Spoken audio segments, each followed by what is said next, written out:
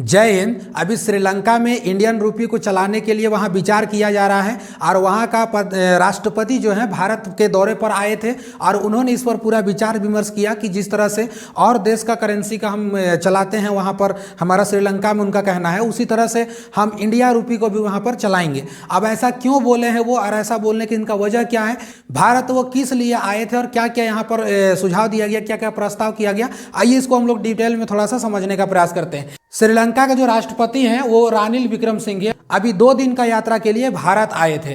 देखिए वहाँ का जो पुराना जो राष्ट्रपति थे उनका नाम था गोटाबाया राजापक्षे।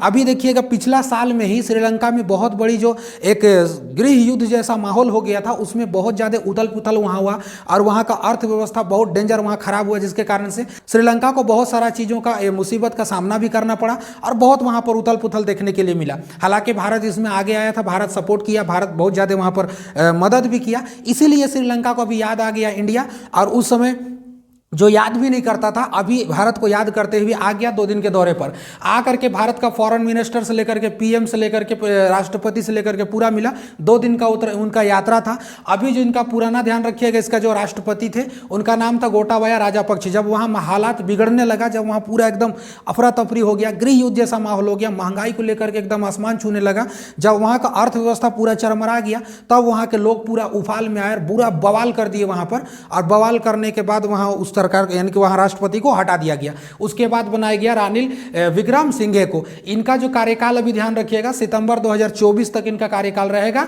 जो रानिल विक्रमसिंघे का रहेगा। अभी जो आए थे श्रीलंका का राष्ट्रपति, तो उन्होंने 2 लोगों से और मुलाकात किया। पहला जो ये किया मुलाकात NSA अजीत डोभाल यानी कि national security adviser of India, उनसे भी मुलाकात किए और साथ ही साथ अडानी यानी कि उससे भी मुलाकात की। अब ये दोनों लोगों से मुलाकात क्यों की, इसको हम लोग थोड़ा समझते हैं। देखिए NSA जो अजीत डोभाल जो है उनसे ये ध्यान रखिएगा, यहां पर आप श्रीलंका को जरा ध्यान से देखिए। श्रीलंका का जो ऊपर वाला हिस्सा है उसको हम लोग जाफना कहते हैं। यही LTT समस्या हुआ था प्रभाकरण को लेकर के, आप लोगों को अच्छा से पता होगा। नहीं भी पता होगा तो हम नेक्स्ट वीडियो में इसको पूरा बता देंगे।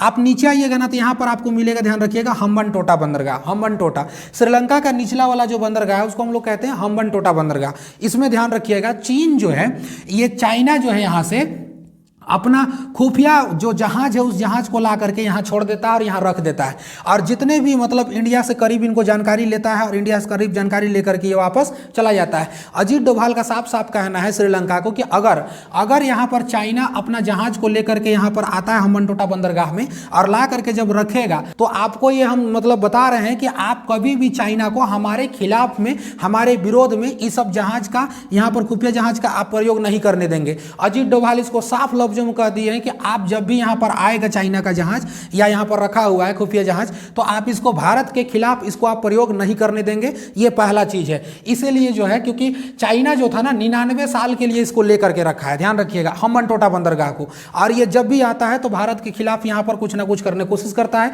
इसलिए जब अबर आए जब वहां के राष्ट्रपति, तो भारत साफ लफ्जों में कह दिया, जो डोभाल जी कह दिए कि भारत के खिलाफ यहां पर कोई भी जहाज आएगा तो वो नहीं होना चाहिए। साथ ही साथ अडानी ग्रुप से मुलाकात की। अडानी ग्रुप से जो मुलाकात की है, यहां पर ध्यान रखिएगा कोलंबो है, कोलंबो में यहां पर एक पोर्ट तैयार कर रहे हैं कोलंबो में, जो कि ध्यान रखिएगा विंड पावर प्रोजेक्ट यहां पर रखा गया है, जो कि अभी अडानी ग्रुप वहां पर तैयार कर रही है। तो इसमें अभी ये कहा गया है कि हम इसको तैयार करेंगे और ये जरूरी भी है। ध्यान रखिएगा, जैसे हम लोग भारत का हिंद महासागर से कोई जहाज अगर चलते जाती है अगर आगे के लिए, तो वो आकर के कोलंबो में ही रुकती है। ध्यान रखिए कोलंबो में, अब कोलंबो में रुकती है तो इसी के कारण हम लोग ध्यान रखिएगा यहां से फिर आगे चल के सिंगापुर की तरफ हम लोग जाते हैं। लेकिन भविष्य में भी आगे चल करके भारत ये कोशिश कर रहा है कि कोलंबो हम नहीं बल्कि यहाँ पर कोलंबो में, तो देखिए अडानी ग्रुप यहाँ पर तैयार कर ही रहा है, यहाँ तो हम लोग जा ही सकते हैं, लेकिन भविष्य में आगे चल के जो यहाँ अंडमान निकोबार है वहां पर भी हम यहाँ से अपना पोर्ट को ला सकते हैं, उसके बाद हम लोग यहाँ से आगे ले जा सकते हैं। तो ये दोनों व्यक्ति से यहाँ पर ध्यान रखिएगा मुलाकात हुआ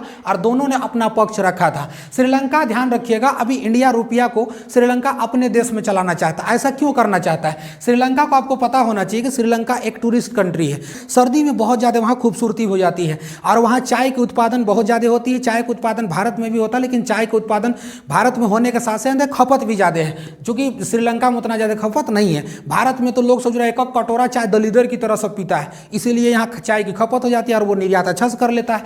देखिए टूरिस्ट के लिए बहुत ज़्यादा फेमस जगह है इंडिया में, मतलब वो इंडिया का करेंसी को वहाँ क्यों चलाना चाहता है, वहाँ वो कहता है कि देखिए जब हम टूरिस्ट के लिए जब लोग आएंगे इंडिया से तो ये भारतीय पैसा लेकर के आएंगे और उनको कन्वर्ट भी नहीं करना पड़ेगा, और जो महात्मा गांधी जो वहाँ फोटो में लगा हुआ है वही अगर वहाँ ले करके जाएंगे और वही करेंसी वहाँ सेम चलेगा, वहाँ कोई दिक्कत नहीं होगा। तो इससे क्या होगा ना कि हमारा जो हमारा पैसा होगा टूरिस्ट से वो हम लोग ज़्यादा कमा पाएंगे, और हमारा देश जो थोड़ा बहुत आगे बढ़ेगा तो हम लोग सामान होगा या दवाई होगा या और दीगर चीज़ होगा जो हम लोग भारत से भी खरीद पाएंगे और जगह से हम लोग खरीद पाएंगे। इसलिए ये कहता है कि भाई हमको बहुत ज़्यादा मतलब वहाँ पर दिक्कत है जिसकी वजह से हम पैसा चलाना चाहते हैं, और आप इंडिया का जितना भी टूरिस्ट है उनको भेजिए। केरल लोग आते हैं यहाँ पर, तो केरल से तरफ ये जाते जाते ये सोचते हैं कि हम यहाँ से फ्लाइट पकड़ करके हम श्रीलंका चल जाएं, क्योंकि घूमने के लिए थोड़ा सा ज़्यादा अच्छा माना जाता है। देखिए पिक्चर उक्चर फिल्म शूट करने के लिए भी ये इलाका अच्छा है, खूबसूरत थोड़ा सा हो जाता है। अब देखिए जैसे अब देखिए इसमें कमाई देखिए टूरिस्ट में बहुत ज़्यादा है। जैसे हम लोगों ने कश्मीर में 370 हटाया,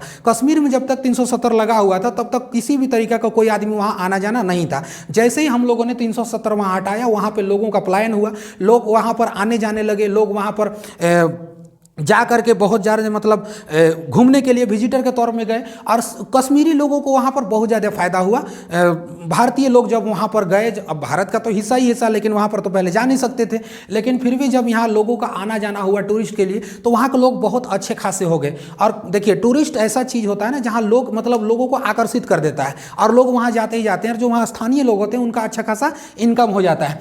2022 में अगर हम लोग देखेंगे तो श्रीलंका बहुत ज़्यादा एकदम ट्रैप में फंस चुका था, और बहुत ज़्यादा यहाँ पर इनको दिक्कत हुआ। इतनी महंगाई वहाँ हो गई और इतनी ज़्यादा परेशानी वहाँ हो गया। जब भारत जैसा देश, जब दुनिया सो रही थी उस समय, जब श्रीलंका का हालत खराब था, तब भारत जैसा देश ने उसको $4 बिलियन दिया और उसको मदद किया था। यही देख करके जो IMF है, जो है अंतर्राष्ट्रीय मुद्रा कोष, इन्होंने भी भारत को देख करके कहा कि चलो हम भी, कोई दिक्कत नहीं, हम लोग 2.9 अरब डॉलर जो अमेरिका डॉलर है उसको इन्होंने भी देने का प्लान किया, और ये दोनों मिल करके श्रीलंका की जो स्थिति है उसमें थोड़ा बहुत सुधार किए, और श्रीलंका अब कोशिश कर रहा है कि हम यहाँ से उठेंगे और यहाँ से हम आगे जाएंगे।